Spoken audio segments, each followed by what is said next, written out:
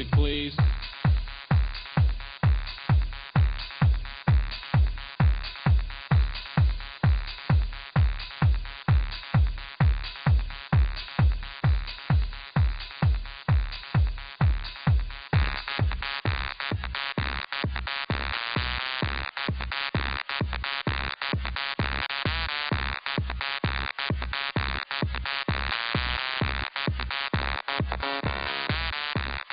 De absoluto, só a relatividade. Olá, senhores. Eu sou o professor Noronha e vim apresentar para vocês algumas aulas de física. O tema da nossa aula será equações dimensionais e sistemas de unidades. Então, vamos começar definindo alguns termos de física. Por exemplo, a grandeza física. O que é uma grandeza física? Nós temos ideia da grandeza física como sendo algo que está associado a uma medida. Evidentemente, mais tarde, vamos definir o que é a medida física. Mas a grandeza física, para nós, corresponde exatamente à mesma ideia que se tem de substantivo em português. A grandeza física corresponde à ideia do substantivo em português. Da mesma maneira como a grandeza corresponde à ideia do substantivo em português, temos também a ideia do adjetivo. O adjetivo em português, para nós em física, chama-se a unidade. A unidade corresponde à ideia do adjetivo em português. Então, vamos apresentar aqui para vocês uma maneira que nós temos de comparar grandezas. Como se comparam as grandezas? Através das equações dimensionais. As equações dimensionais vão representar, então, para nós, a relação que existe entre grandezas. Essas grandezas podem ser classificadas de várias maneiras. Por exemplo, nós podemos classificar as grandezas em escalares e vetoriais. O que são as grandezas ditas escalares? São aquelas cuja soma se faz através de um processo escalar. O que são as grandezas vetoriais? Grandezas vetoriais são aquelas cuja soma se faz através da regra do paralelogramo.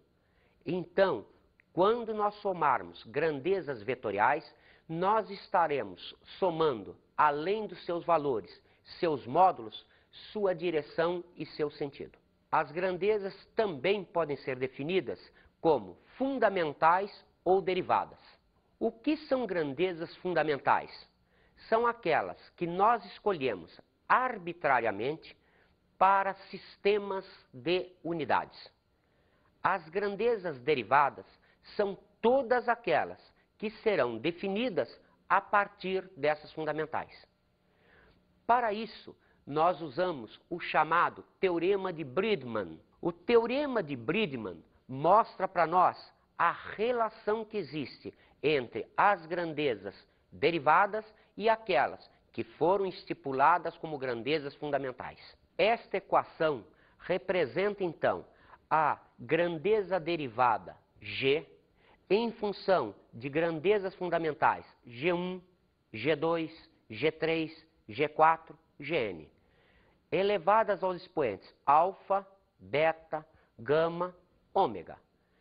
Observe que nesta equação nós estamos estabelecendo a relação que existe entre esta grandeza, que é a grandeza derivada, com estas grandezas que são as fundamentais, onde o G maiúsculo é a grandeza derivada, o K é uma constante matemática e o G minúsculo representam grandezas arbitrariamente escolhidas como fundamentais. Observe que algumas grandezas fundamentais clássicas são o comprimento, onde L é a dimensional de comprimento, a massa, que tem dimensional M maiúsculo, tempo, que tem dimensional T maiúsculo. Notaram que as dimensionais são representadas sempre por letras maiúsculas. Quando elas são fundamentais, elas aparecem assim, com essa forma simples. Vamos a alguns exemplos. Por exemplo, a área de um triângulo. Todos vocês sabem que a área de um triângulo é dada pelo produto da base, pela altura, pela constante matemática meio. Pegamos, por exemplo, a área de um retângulo. É a base vezes a altura vezes a constante matemática 1. Vamos pegar, por exemplo, a área da circunferência de círculo. É π vezes o raio vezes o raio. Geralmente se diz aqui o raio ao quadrado.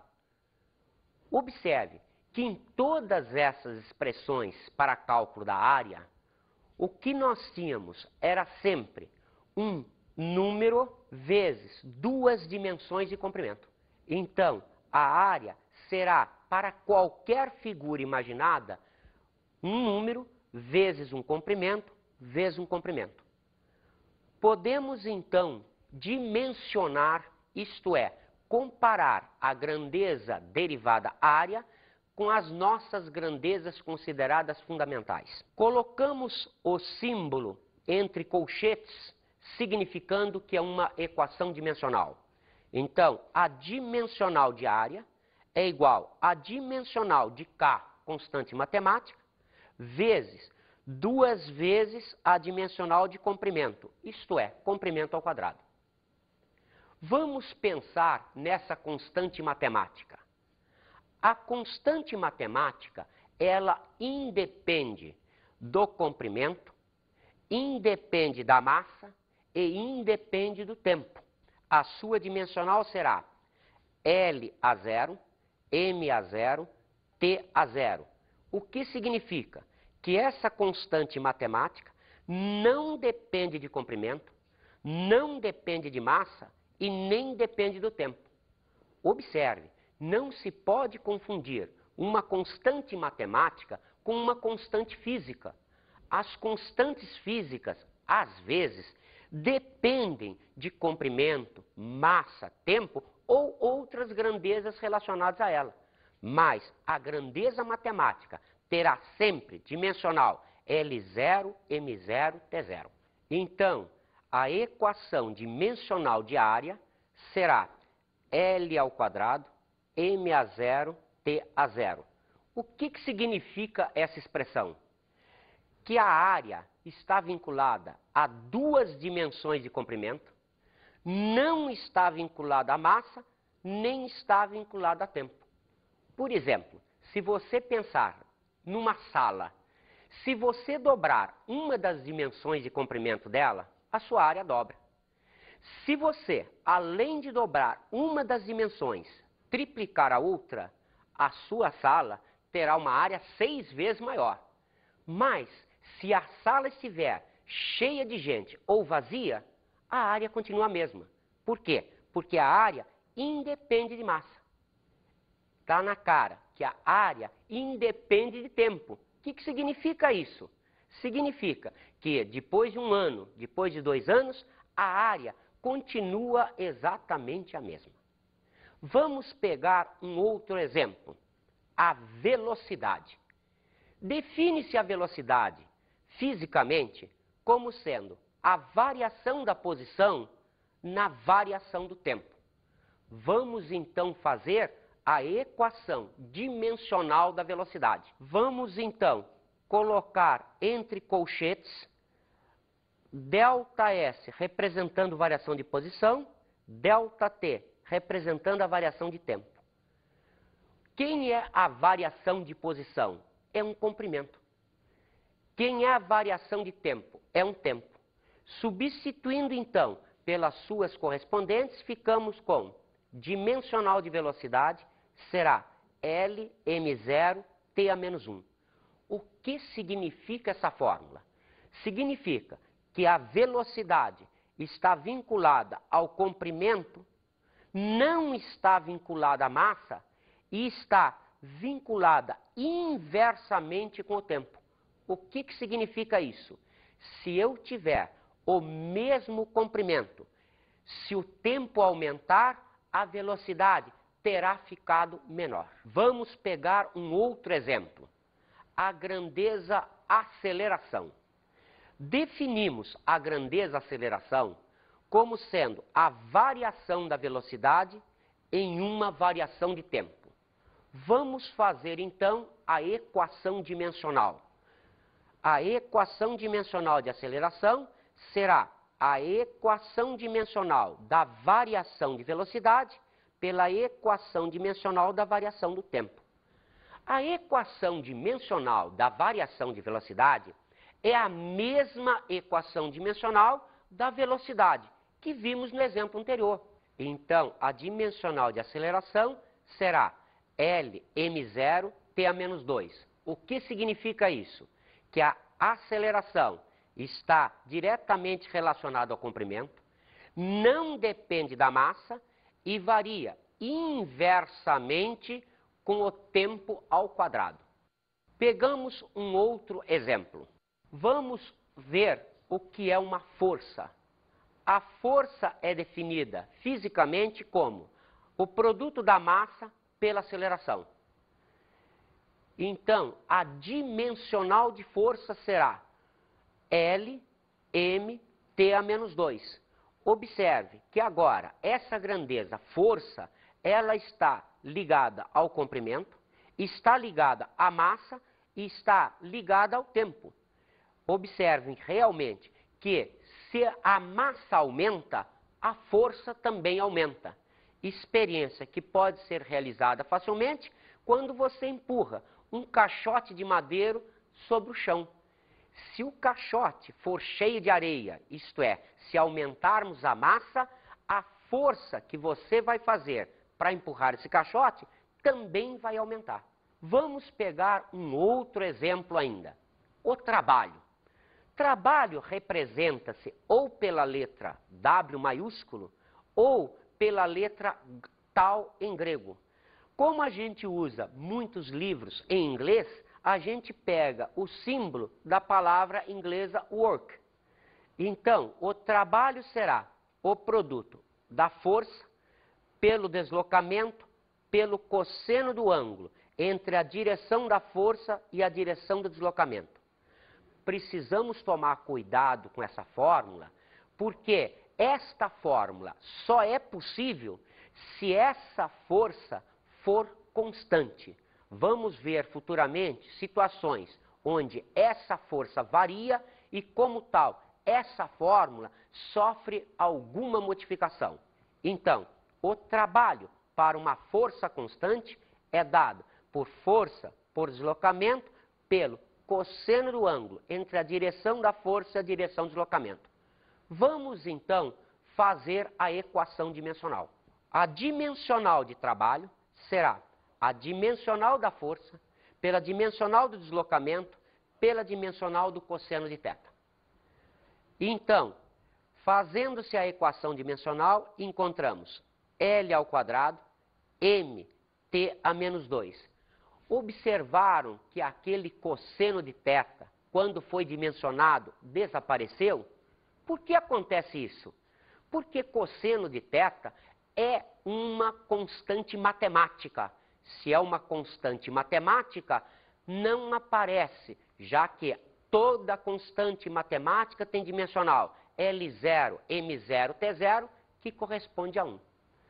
Vamos ver, então, a equação de trabalho, onde temos duas variações de comprimento, temos uma massa e temos duas variações para tempo inversamente.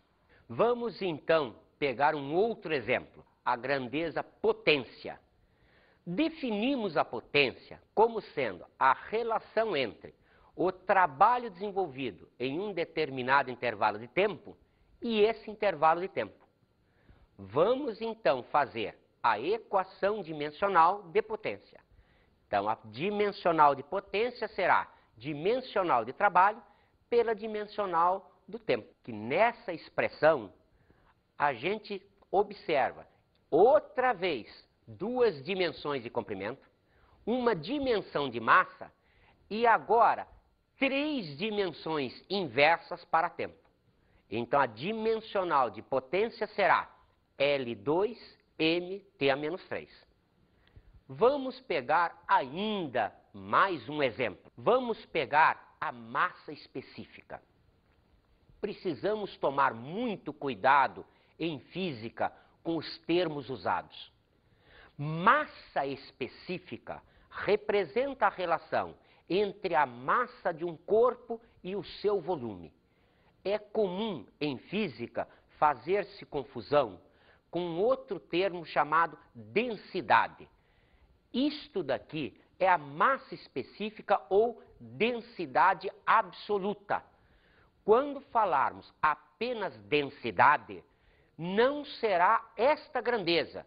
Nós vamos ver futuramente, numa aula de hidrostática, como definirmos a densidade. Mas aqui o que nós temos é a massa específica, representando a relação entre a massa e o volume. Vamos então à dimensional. A dimensional de massa específica será a dimensional da massa pela dimensional do volume. Observe que isto vai nos apresentar L a menos 3, mt a 0. O que está significando isso? Está significando que a massa específica não depende de tempo. Realmente, se pegarmos um exemplo, como por exemplo, a massa específica da água, 1 grama por centímetro cúbico, ela é 1 grama por centímetro cúbico daqui a 10 anos, daqui a 20 anos, daqui a 50 anos. Mas, observe que ela varia inversamente com 3 dimensões de comprimento. O que quer dizer isso? Se um corpo tiver qualquer dimensão de comprimento aumentada, a sua massa específica será diminuída, porque o expoente aqui é um expoente negativo.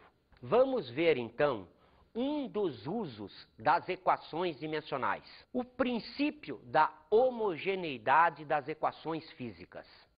O que significa isso? Que uma equação física tem que ter a dimensional do termo antes do sinal de igual exatamente igual à dimensional do termo após o sinal de igual. Então, vamos pegar como exemplo um exercício. A potência P da hélice de um avião depende do raio R dessa hélice, da velocidade angular e da massa específica do ar. Um aluno fica em dúvida se a expressão que demonstra a relação entre as grandezas é K ômega 3 R a quinta mi ou K ômega 5 R a 3 mi, sendo que K é uma constante adimensional, é uma constante matemática. Então, identifique a equação correta, justificando qual a sua afirmação. Observem que a melhor maneira de se resolver esse exercício é resolvendo a equação dimensional da potência da hélice do avião. Então, vamos pegar a solução. A potência dimensional será igual à dimensional da constante matemática, a dimensional da velocidade angular elevada a um alfa, a dimensional do raio elevada ao beta, a dimensional de massa específica elevada a gama. Como vocês estão vendo, é exatamente a aplicação do teorema de Bridgman. Cada grandeza derivada, ela é função de outras grandezas que eu estipulo arbitrariamente como fundamentais. Então, a equação dimensional de potência, vimos anteriormente, L ao quadrado, mt a menos 3. A constante matemática tem dimensional 1. Ômega, velocidade angular, tem dimensional t a menos 1. Observe o expoente alfa. O raio corresponde a um comprimento. Então está aqui como L elevado a beta. A massa específica, como vimos, é mL a menos 3. Observe que aqui escreveríamos T a 0, No meio das contas, nós não precisamos colocar isso, já que todo número diferente de zero elevado a um expoente zero é igual a 1. Então, não colocamos. O que se observa? Observa-se que em relação à massa, 1 é igual a gama. Observa-se que em relação ao tempo, menos 3 é igual a menos alfa, significando alfa igual a 3. Quanto a L, observa-se 2 igual beta menos 3, significando beta igual a 5. Portanto, a fórmula correta é potência igual K, ômega elevado a 3, R a 5, massa específica a 1. Como vocês viram, isso é um dos usos da dimensional. Não é o único uso. Nós temos outros usos para a dimensional. Vamos ver um outro exercício como exemplo. A famosa equação de Einstein. A energia igual a massa vezes a velocidade da luz ao quadrado. O exercício nos diz, se E tem dimensão de energia, M tem uma dimensão de massa, C representa a seguinte grandeza. As opções são força, torque, aceleração ou velocidade. Então, vamos fazer a equação dimensional para ver como se satisfaria essa solução.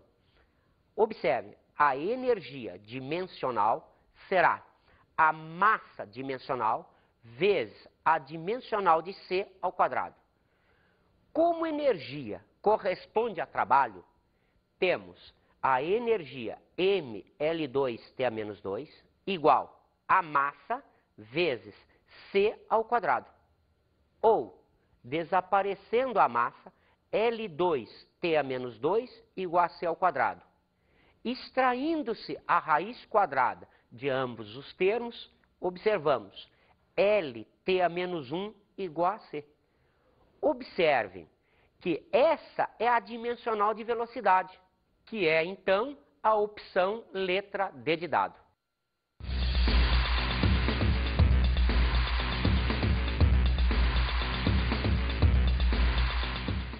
E aí, você já ouviu falar na teoria da relatividade? Já algumas vezes, Desenvolvida por Albert Einstein? sem dúvida. Então, vamos ver se você consegue dar umas voltas de bicicleta, para ver se tem a mesma inspiração que ele.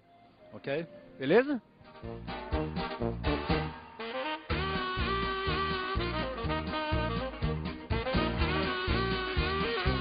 E aí, você é melhor de física ou de andar de bicicleta? Eu acho que é de andar de bicicleta. Você já ouviu falar no Albert Einstein? Já. Aquele cientista que fez a teoria da relatividade? Aham. Vamos fazer uma experiência? Vamos? Quero ver se você consegue dar algumas voltas com essa bicicleta. Tem que andar em círculos.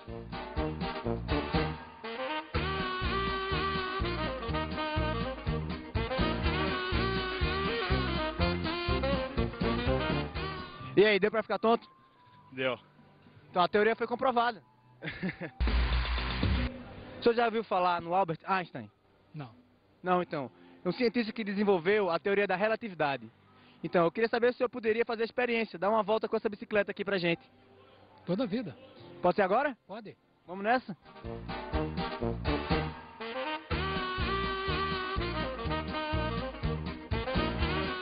Resta saber se ele vai voltar.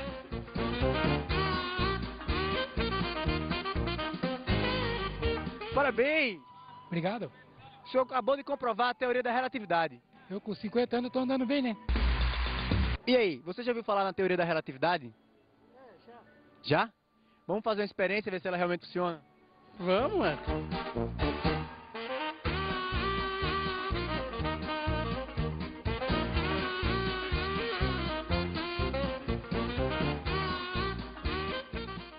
Bem, como pareceria o mundo se eu me movesse na velocidade da luz? Quem fez essa pergunta foi Albert Einstein. E daí foi que saiu a teoria da relatividade. Sistemas de unidades. Vamos então observar que muitas vezes, quando escolhemos uma unidade, ela fica muito grande para aquilo que a gente precisa, ou às vezes muito pequena. Então, usamos, junto com a unidade, alguns prefixos que aumentam ou diminuem essa unidade. Os principais prefixos que aumentam são deca, significando 10 a 1. Depois, hecto, significando 10 a 2. Quilo, significando 10 a 3. Observe, fisicamente, quilo significa 1000. Então, uma massa não pode ser referida como 1 quilo. É 1 quilograma, porque quilo é o prefixo que significa 1000. Depois, mega, significando 1 milhão, 10 a sexta. Giga, significando 10 a nona. Tera, significando 10 a 12. Peta, significando 10 a 15. Esa, significando 10 a 18. Esses prefixos, então, servem para aumentar o valor da unidade. Vamos ver agora os prefixos que representam a diminuição da unidade. Então, desce significa 10 a menos 1 ou 1/10. Cente significa 10 a menos 2 ou 1/100.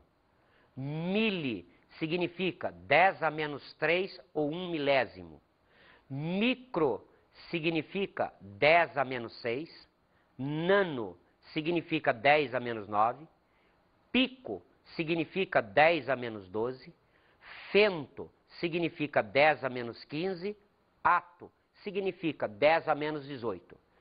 Estes dois prefixos são pouco usados, bastante usados, porém, em termos de eletricidade. Em capacitores, usamos muito esses prefixos, porque a nossa unidade básica, que é o farad, é muito grande. Então, precisamos usar prefixos diminutivos para cálculo dos capacitores. Cuidado! Um angstrom é uma unidade de comprimento que vale 10 a menos 10 metros. Angstrom não é prefixo. Vamos apresentar, então, as 7 grandezas fundamentais do SI. Chama-se o SI o Sistema Internacional de Unidades.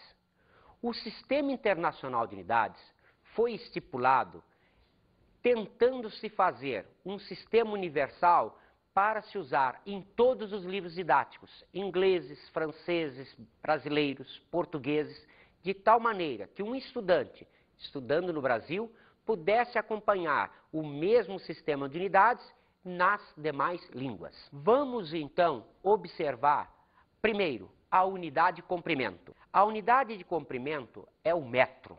Segundo, a unidade de massa chama-se quilograma.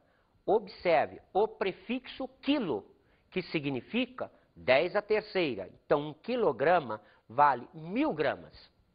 Terceiro, o tempo. A sua unidade é o segundo.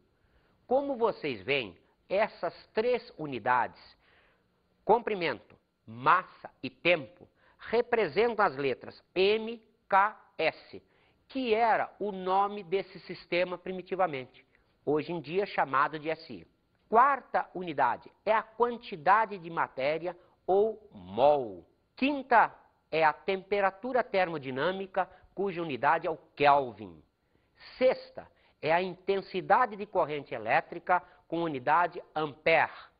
Sétima, a intensidade luminosa, cuja unidade é a candela. São essas, então, as 7 unidades fundamentais do SI. Observe que estas unidades servem de padrão para todas as demais em física. Nós mostramos alguns exemplos inicialmente na aula para vocês, só de grandezas mecânicas. Naquelas grandezas mecânicas, só trabalhávamos com comprimento, massa e tempo. Mas para que possa se fazer todo o sistema dentro da física, nós precisamos dessas 4 últimas apresentadas agora. Existem ainda 2 unidades acessórias. Nós temos como unidades suplementares a unidade de ângulo plano, chamada radiano. E a unidade de ângulo sólido chamada esterradiano. Então, vamos pegar alguns exemplos. A velocidade no sistema CGS é centímetro por segundo ou centímetro segundo a menos 1. No sistema MKS. No sistema MKS, que se confunde com SI, é metro por segundo ou metro segundo a menos 1. No sistema técnico MKGF-S, metro por segundo ou metro segundo a menos 1. E existe uma unidade fora dos sistemas, mas que é muito usada, é o quilômetro por hora. Tal que 36 km por hora corresponde a 10 metros por segundo. Vamos pegar um outro exemplo, a aceleração. No sistema CGS, centímetro por segundo ao quadrado ou centímetro segundo a menos 2. No MKS, que é o SI, metro por segundo ao quadrado ou metro segundo a menos 2. No sistema MKGFS, metro por segundo ao quadrado ou metro segundo a menos 2. Aqui não temos outras unidades fora do sistema. Vamos a outro exemplo, a força. No sistema CGS é a Dina, símbolo de YN. No sistema MKS, que é o SI, é o Newton. No sistema técnico é o KGF, quilograma-força. Vamos então a um exercício. Vamos ver qual é a relação entre o Joule e o erg. O Joule é a unidade de trabalho no sistema MKS ou SI. O erg é a unidade de trabalho no sistema CGS. Então vamos ver como resolver isso através de uma dimensional. Como são unidades de trabalho, colocamos a dimensional de trabalho. L2, MT a menos 2. Agora, vamos colocar para o SI, MKS, Joule, que é o trabalho, o comprimento ao quadrado, a massa vezes o tempo a menos 2. Repetimos para o sistema CGS. Então, o trabalho é erg, a unidade de comprimento ao quadrado, vezes a massa, vezes segundo a menos 2. Agora, vamos dividir membro a membro essas duas expressões. Joule sobre erg, metro quadrado sobre centímetro quadrado, quilograma sobre grama, segundo a menos 2, segundo a menos 2. Na divisão, esse termo vai desaparecer. Transformando, como os vimos naquela tabela, os prefixos nas suas potências 10, substituímos centi por 10 a menos 2. Substituímos o quilo por 10 a terceira. Como vocês veem, esta unidade vai desaparecer. Esta unidade vai desaparecer quando elevarmos ao quadrado. Cuidado! Elevando ao quadrado, aqui fica 10 a menos 4. Então, o nosso sistema fica Joule sobre erg, 10 a terceira sobre 10 a menos 4. Matematicamente, resolvemos, subtraindo algebricamente os expoentes. Ficamos, então, com Joule igual a 10 a sétima ergs. Observe que acabamos de achar a relação entre Joule e erg.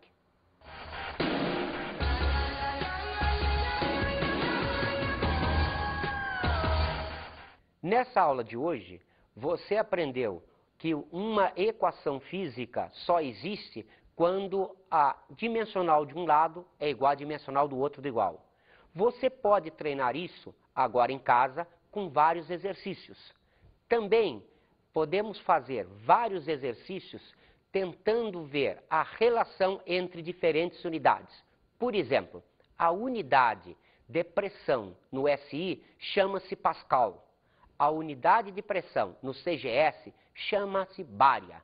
Experimente fazer em casa, como você aprendeu aqui, a relação entre o Pascal e a bária. Uma dica, você deve encontrar que 1 Pascal vale 10 bárias. Com isso, nos despedimos até a próxima aula.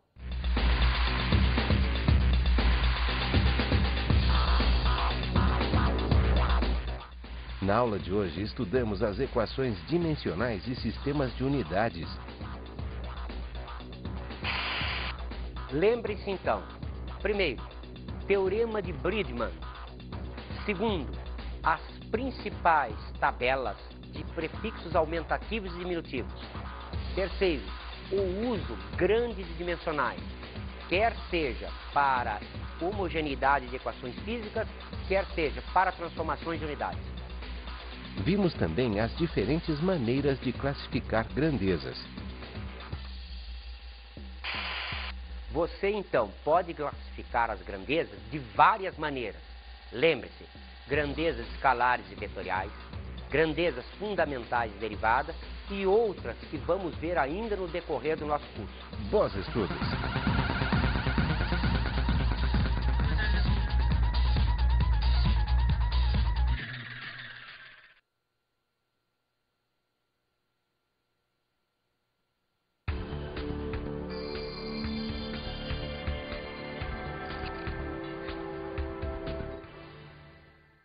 Observe, essa matéria, ela é primordial em todos os programas dos vestibulares. Ela aparece, quer seja nos vestibulares do IME, do ITA, das universidades federais e mesmo das particulares, como primeiro tópico. Mas, de um modo geral, isso não é explorado em termos de ensino de segundo grau. Então, é preciso que o aluno seja capaz de, ao final desta aula, aprender como resolver um problema ou um exercício envolvendo uma equação dimensional.